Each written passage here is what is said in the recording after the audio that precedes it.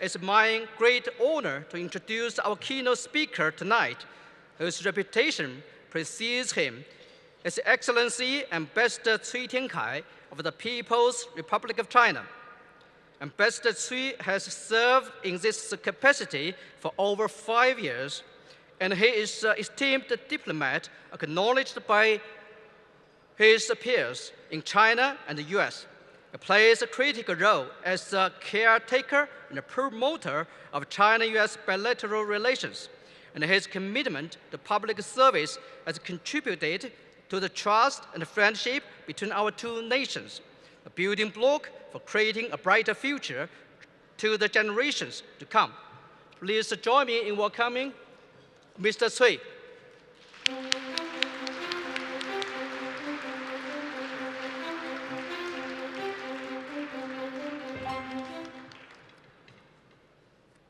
Thank you, Chairman Xu Cheng, for your very kind introduction. And good evening, everybody. There's a saying in Chinese, 好饭不怕晚. It's never too late for a good meal. And hopefully what I'm going to say will serve as a good appetizer. But let me start by paying tribute to the China General Chamber of Commerce USA for another year of hard work and achievements in an uncertain environment. The Chamber, its members, and Chairman Xu Cheng and others in the leadership have played an indispensable role in maintaining and facilitating economic and trade relations and people-to-people ties between our two great countries. So in a sense, you are all distinguished ambassadors. I would like to take this opportunity to indicate my congratulations to Mr. Maurice Greenberg for being honored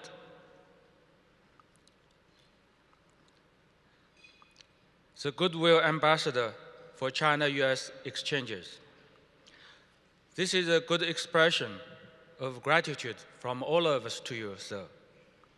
And this is also an expression of commitment by all of us to follow your good example. But what is even more significant is the fact that Mr. Greenberg was awarded the China Reform Friendship Medal not long ago on the occasion of celebrating the 40th anniversary of China's reform and opening up.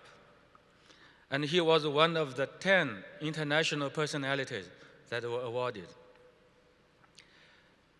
It was a most appropriate occasion to express the recognition and appreciation by the Chinese people and the Chinese government for your long-standing commitment to cooperation between our two countries and friendship between the two peoples. Let us all salute you again, sir. Congratulations.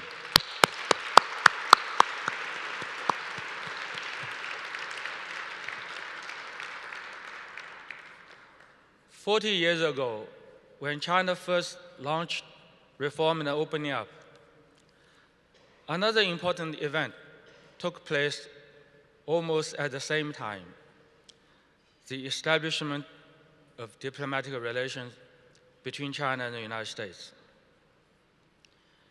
It was no coincidence that these two historic events took place at the same time.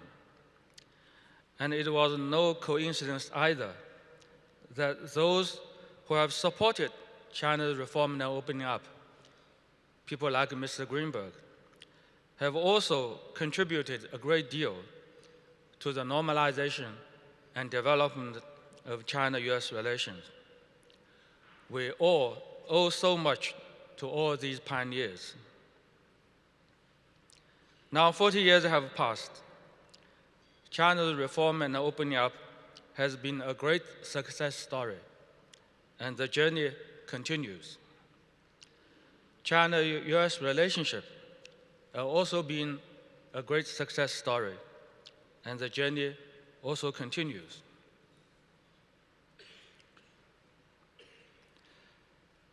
As we're celebrating these two important anniversaries, and let me remind you, later in the year, we'll be celebrating the 70th anniversary of the founding of the People's Republic of China.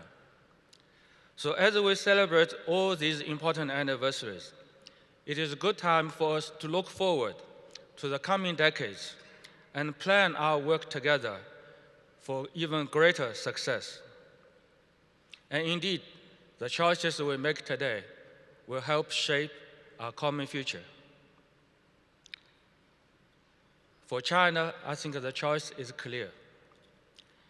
China will continue to seek people-centered development, sustainable development, and peaceful development.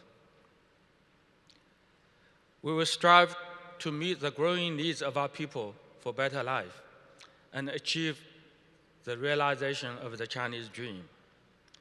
This is our goal, and this is also our inalienable right. China will continue to carry out reform and opening up, because this has been the key to our success so far. And this will continue to be the key to our future success and to the realization of further development and rejuvenation of the Chinese nation. China will continue to work with the United States to build a strong and stable relationship between us.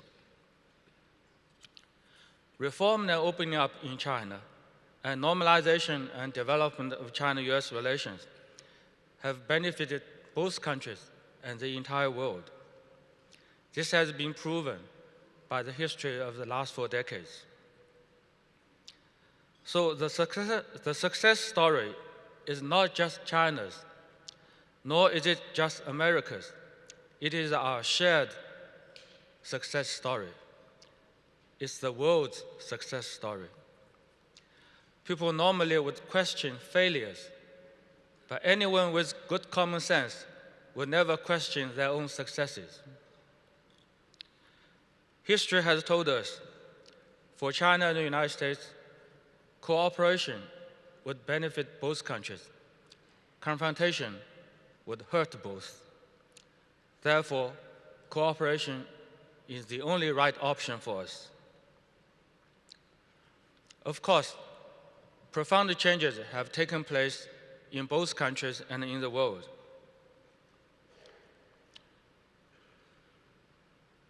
The world and our two countries are not the same as 40 years ago. And our relations have to evolve with the time. But all this only underscores the need for closer China-US cooperation and the consequences if we fail to do so in this fast-changing world. So let me reiterate here, China remains committed to expanding our cooperation with the United States on the basis of mutual benefits, managing our differences on the basis of mutual respect, and developing a relationship with the United States based on closer coordination, cooperation, and greater stability. And in this context, I would like to offer a few words to the business communities of both countries. My first suggestion is keep the big picture in mind. The growing aspiration of our peoples for better life, the continued advancement of technology, and the rise of more developing countries on the global stage, whether they are from Asia, Africa, or Latin America. These are the historical trends that are transforming our world in the most profound way. These also are the historical trends that are opening up enormous opportunities for business all over the world. So to go with these trends will certainly serve the interests of our peoples and our countries. But it will also enable business community to make best use of the new opportunities for your own growth and rise with the historic tide. My second suggestion is remain open. Of course, there are now, in some quarter of the world, attempts to close the door to others and cut off ties with others. These represent very narrow-minded and short-sighted world outlook. The reality is, if people try to close the door, they are not just shutting others out, they are actually shutting themselves in. No one can have greater access to others if they themselves are raising barriers. So let me say a couple of words to the Chinese companies here today. I'm fully aware of the situation now you have to face sometimes when doors are closed on you. I fully share your concerns and your opposition to these attempts. But my advice is never give up, never give in. The best response to such attempts is greater openness. Have confidence in openness. Have confidence in your pursuit for win-win cooperation. And I think for the Chinese companies, this kind of openness also means the readiness to learn from your American partners, not only in terms of technology and management skills, but also, more importantly, their capacity for imagination and culture for innovation. My third suggestion to business communities of both countries is have a clear stand on what's right and what's wrong. Of course, in order to succeed in today's world, people have to understand the interactions between politics and economics. But please never allow yourselves to be misguided by some narrowly defined political correctness. Be clear about what you really want. Don't have the illusion that some self-claimed strategists who are actually new code warriors can solve your problems for you. A free ride on their wagon will not take you to the right destination. Have the moral courage to say no to those advocating disrupting of international supply chain, fragmentation of the global market, decoupling of our two economies, zero-sum confrontation, and even a new Cold War.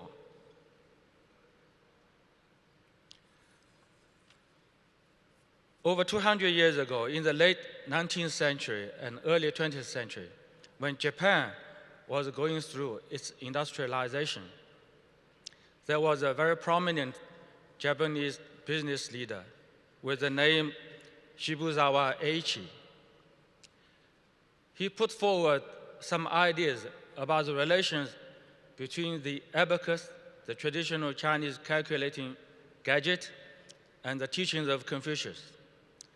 And this Mr. Eiichi believed a good business person should have the abacus in one hand and the teachings of Confucius in the other.